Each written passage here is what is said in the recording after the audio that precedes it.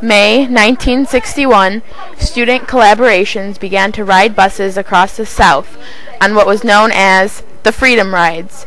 Both black and white students sat hand in hand with each other on buses and trains and gathered in airports, bus terminals, and train stations.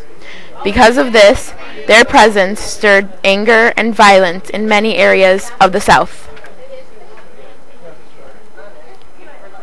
Because segregation was still prominent in the South, the bus rides became flashpoints, and Jim Crow laws were still in effect in many areas.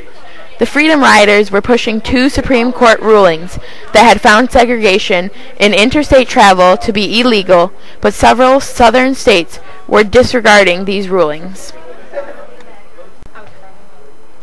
Weeks, then months passed. The students were joined by people of all ages. The attention caused by this forced the federal government to intervene and effectively end segregation in interstate travel.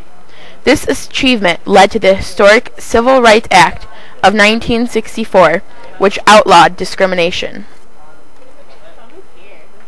The Freedom Riders faced violent opposition. They were threatened regularly and often beaten brutally by angry mobs awaiting their arrival. On Mother's Day 1961, a bus in Alabama was ambushed as it pulled into the station. A mob attacked the bus, slashed the tires.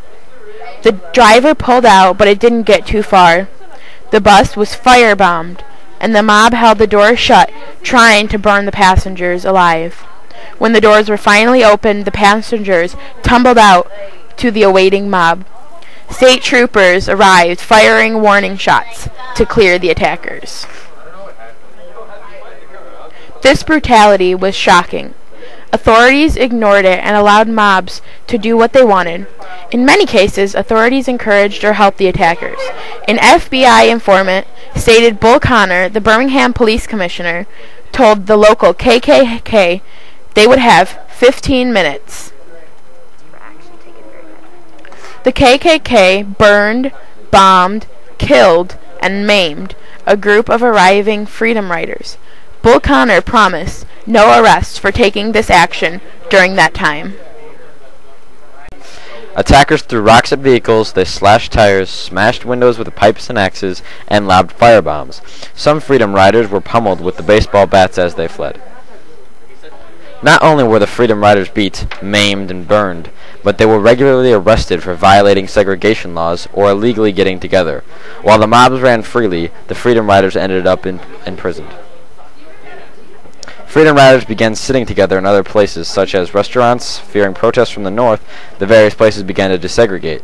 Black and white passengers on Trailway bus were beaten after entering a whites-only waiting room, and the restaurant at bus terminals in Birmingham and Anniston of Alabama, approximately 75% of them were beaten between 18 and 30 years old.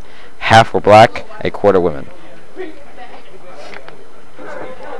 Diane Nash, an amazing African-American civil rights activist and one of the leaders of the 1961 Freedom Riders movement against segregation, to the judge when sentenced to 2 years in prison for civil disobedience.